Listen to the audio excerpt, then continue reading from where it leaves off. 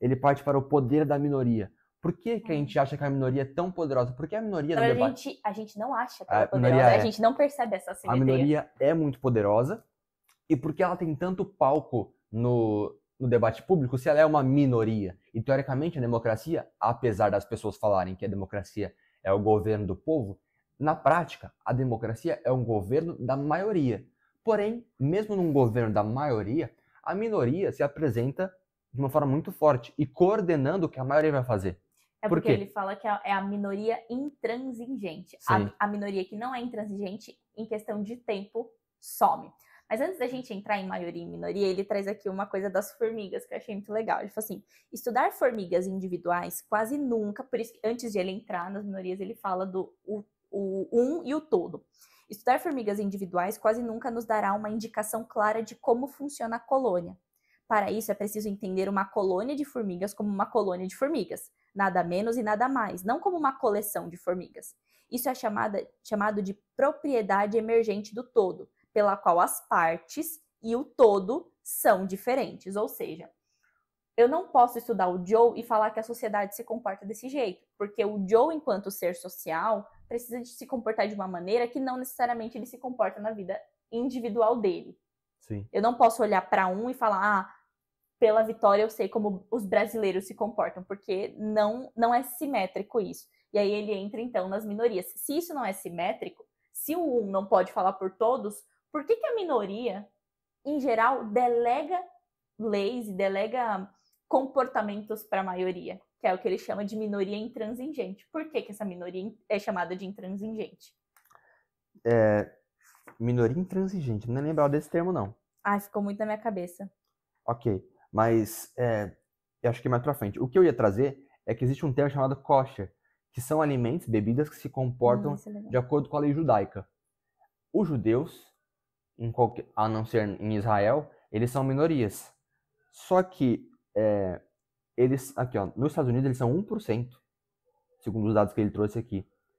Só que parece que todas as bebidas, elas são esse kosher. Por quê? Para o cara que está fabricando a bebida, a comida, é mais fácil ele fazer a comida dentro dos padrões judaicos, porque todo mundo vai comer mesmo, do que ele fazer dentro dos padrões da maioria, e ele vai perder muitas vendas, porque os judeus não vão comprar deles, por exemplo. Teoricamente, ele não perde muitas vendas, porque é menos de 1%. É aí que está a simetria. Por que é menos de 1% da população, ou menos 10%, e mesmo assim, a maioria dos sucos são da marca deles? Aí que entra a simetria. A pessoa que toma qualquer suco, já que ela já toma qualquer suco mesmo, ela vai tomar aquele, porque é qualquer um.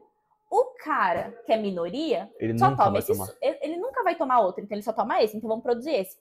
Mas porque mesmo assim o mercado continua fazendo? Porque é relativamente mais barato. Porque se essa minoria, para produzir esse suco, fosse muito mais caro, o mercado ia falar, o quê? Eu? Não vou nada.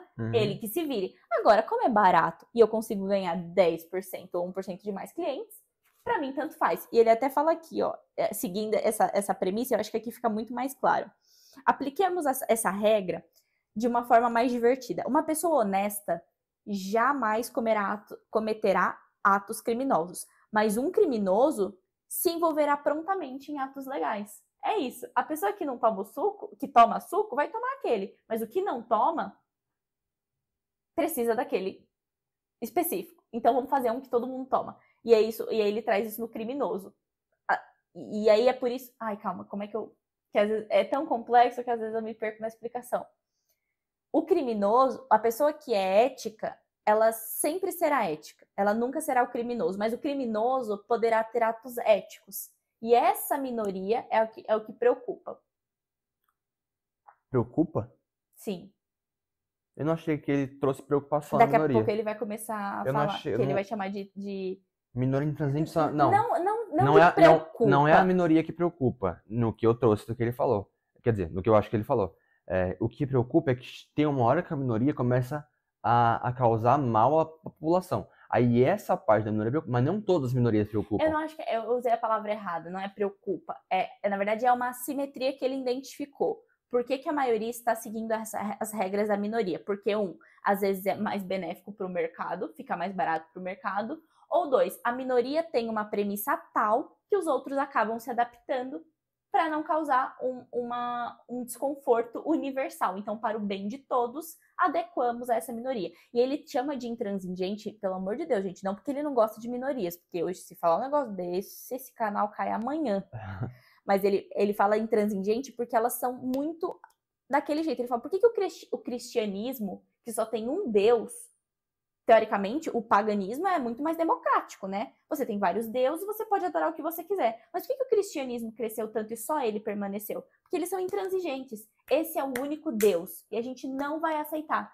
Aí os outros falam assim, tá bom, já que a gente já adora vários, tudo bem, se quiser adorar só um. E aí, de acordo com o tempo, as pessoas que são muito permissivas vão perdendo espaço e dando espaço para esses intransigentes, que esse é o meu jeito de viver. Então, a pessoa que é, por exemplo, vegetariana, ela vem na minha casa. Eu como coisas vegetarianas, para mim não tem problema, então eu não vou fazer carne. Essa é uma minoria intransigente, ela é uma, mas todo mundo vai comer vegetariano para agradar essa uma. Sim. Ele fala que talvez ele explica por meio do conservadorismo, né? Edmund Burke, que teoricamente, se eu não me engano, é o pai do conservadorismo, ele apresenta o princípio da prudência. Os conservadores são prudentes, teoricamente, né? Quer dizer, o cara que realmente que sabe o que é conservadorismo, não esse cara que tá gritando na rua, o cara que realmente sabe o que é conservadorismo, ele é uma pessoa prudente. O conservador é o cara que ele não vai atacar, ele vai esperar para ver a reação para depois agir se necessário. Então, ele fala que esse princípio da prudência do sistema burkeano, ele é aplicado nesse sistema de venda. Esperar o tragaço passar. Eu não sei se vai pegar no microfone. Você tá em que parte? Página 96. Ah, obrigada. No Kindle eu vou saber que é a página 96. Ele tá falando sobre criminosos com alergia a amendoim. Figura 1. Tá. Esse da alergia de amendoim é legal também. Então, nesse sistema burkeano, essas empresas, elas utilizam esse princípio da prudência. Então, é mais prudente eu realizar um alimento, uma bebida, que se enquadre nesse tipo de pessoas que vão comer, do que eu fazer algo e poder perder vendas. Então, eles aqui são conservadores nesse sentido. Uhum. Certo? E aí eles falam, por exemplo, outro sistema. Geralmente, as empresas fazem alimentos sem amendoim, porque o nível de pessoas que têm alergia a amendoim é muito maior do que parece. E às vezes as pessoas só descobrem que tem alergia quando elas ingerem um alimento e passam mal. E alergia, tipo, essa galera que tem alergia a amendoim, tipo, fecha a glória, exato. É um negócio bizarro. Eu esqueci, ele usa um termo para isso também.